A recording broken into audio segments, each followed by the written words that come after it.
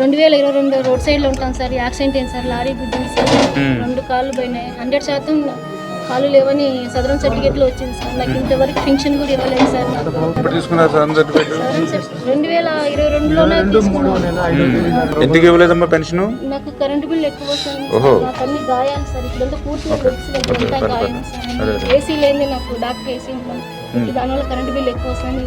ఈ జగన్మోహన్ రెడ్డి గారు వచ్చిన తర్వాత ఏం చేశారంటే ఇట్లా అర్థం లేనిటువంటి నిబంధనలన్నీ పెట్టి దగ్గర 8 లక్షల పింఛన్లు తీసేశారు. ఇది ఇప్పుడు చంద్రబాబు నాయుడు గారు దృష్టిలో ఉన్నారు. ఖచ్చితంగా మేము చేస్తాం. న్యాయం అయితే జరుగుతుంది 100%. ఖర్చులేని సార్ నాకు నెల్లూరులో బొల్లైన హాస్పిటల్లో ఉంది సార్. నాకు సేమ్ ఆఫీస్ పంపించండి. కాన్షియన్సీ అన్నగారు నమస్తే అన్న. నమస్తే, బాగున్నారా? ఏం లేదు, కొద్ది పాపం ఈ శోభ అని మన నెల్లూరు రూరల్ అంటండి. కాకపోతే ఈ కరెంట్ బిల్ ఉందని చెప్పేసి ఈవిడికి పెన్షన్ లేదు అప్పుడు 2022 నుంచి కూడా. ఆవిడ ఒకసారి మీతో మాట్లాడతారు, ఒకసారి చెప్పండి ఎమ్మెల్యే. నమస్కారం సార్. గవర్నమెంట్ పరంగా రామారెడ్డి గారు చేస్తారు. పర్సనల్ నేను చేస్తాను. ఎక్కడ మీరు ఉండేది? సార్ ఇక్కడ కొత్తూరు సార్ మాది. కొత్తూరు. నేను పర్సనల్ చేస్తానమ్మా.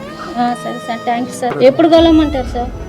ఇస్తూ నేను అడిగిపోతా. ఇప్పుడు నువ్వు వచ్చేటప్పుడు ఫోన్ చేసిరా. సరే సార్, నేను థ్యాంక్స్ సార్. ఓకే అన్న. ఎందుకంటే మీ దృష్టిలో పెడితే న్యాయం జరుగుతుందని డైరెక్ట్గా మీకే కొట్టాం. 100% ఆయన కలవండి కొద్దిగా అమ్మా. నేను ఇప్పుడు మాట్లాడేది కొద్దిగా క్లియర్ చేస్తా. కుటుంబం ఆర్థికంగా కూడా చాలా ఓకే బిడ్డ సార్. బిడ్డ కోసం బతుకున్నాను సార్. ఏం చదువుతుందమ్మా? 9th class. ఎలా వచ్చారు మరి పాపం? ఆటోలో వస్తానే ఉన్నాం. చాలా దూరం కదా. 280 కిలోమీటర్స్. ఒక 5,000 బాగా చదువుకోవాలి. ఓకేనా?